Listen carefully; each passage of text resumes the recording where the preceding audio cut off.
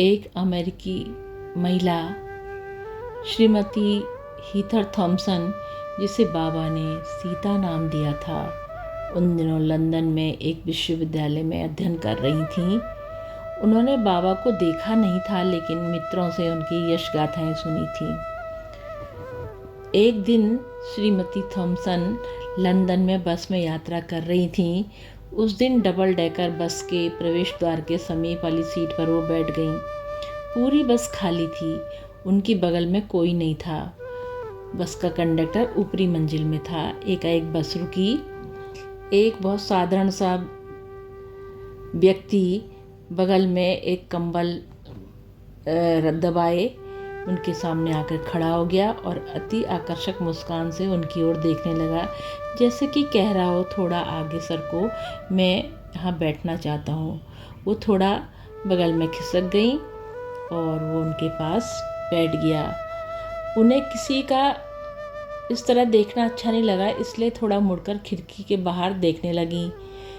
उनके मन में आया कि इस वृद्ध की मुस्कान कितनी प्यारी है, कितना अच्छा है ये। तभी उनका ध्यान अचानक कल्पना में बाबा की ओर गया। उन्होंने सुन रखा था कि वो कंबलधारी बाबा कहे जाते हैं, इसी वजह से उन्होंने मुड़कर पुनः उसकी ओर देखना चाहा। उसके आश्चर्य का ठिकाना न रहा जब उसकी बगल का स्थान खाली पाया गया। ये सारा खेल चंद मिनटों में ही खत्म हो गया। वे कहाँ गायब हो गए? जब बस रुकी ही नहीं तो वो उतरे भी कैसे? उन्होंने बाहर देखा, सड़क सुनसान थी और वो वृद्ध भिखारी कहीं भी दिखाई नहीं दे रहा था। वो समझ नहीं सकी कि सब क्या हो गया है। दूसरे दिन उनके कुछ मित्रों ने बताया कि गत सुबह जब वो बस में थी, उनके मित्रों के मन में तीव्र भावना जागृत हुई कि वे धन से उसकी सहायता करें, जिससे कि वो बाबा के दर्शन करने के लिए भारत जा सके।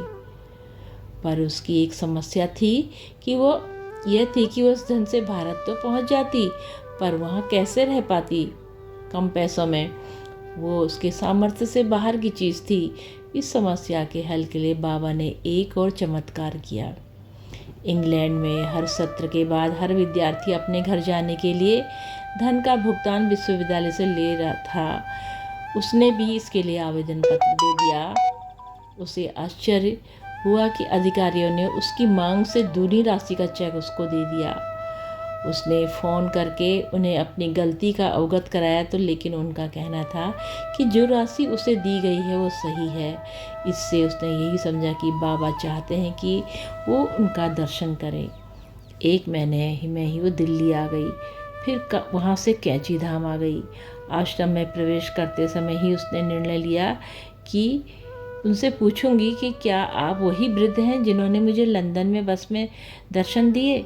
लेकिन जब वो उनके पास पहुंची तो वही कंबल ओढ़े हुए थे जिसे उसने बस में उनकी बाहों में देखा। उसके मुख पर वही मुस्कान तैर रही थी जो बस में उसने देखी। इस मधुर मुस्कान से वो उसकी ओर देखने लगे। अब उसे संदेह नहीं रहा कि ये वही वृद्ध हैं जो उससे लंदन में एक बस में मिले थे। उसके लिए अब कुछ पूछना शेष नहीं रह गया था। बाबा की इसी कृपा दृष्टि से उसके हृदय और आत्मा को आनंदित कर दिया। इस घटना से बाबा सब जगह है ये पता चलता है। जिस समय बाबा ने लंदन में उस महिला को दर्शन दिया था और एकाएक अंतर्धान हो गए थे, उस समय वो भारत के कैंची धाम में थे। बाबा ने उन्हें भारत आने की प्रेरणा दी और साधन भी उपलब्ध करा दिया। जय हो नीम करोली बाबा की सदा जय हो, माँ सिद्धि की सदा जय हो। बाबा सदा अपने भक्तों का कल्याण करना प्रभु, कल्याण करना प्रभु। जय हो बाबा, जय हो, सदा ही जय हो।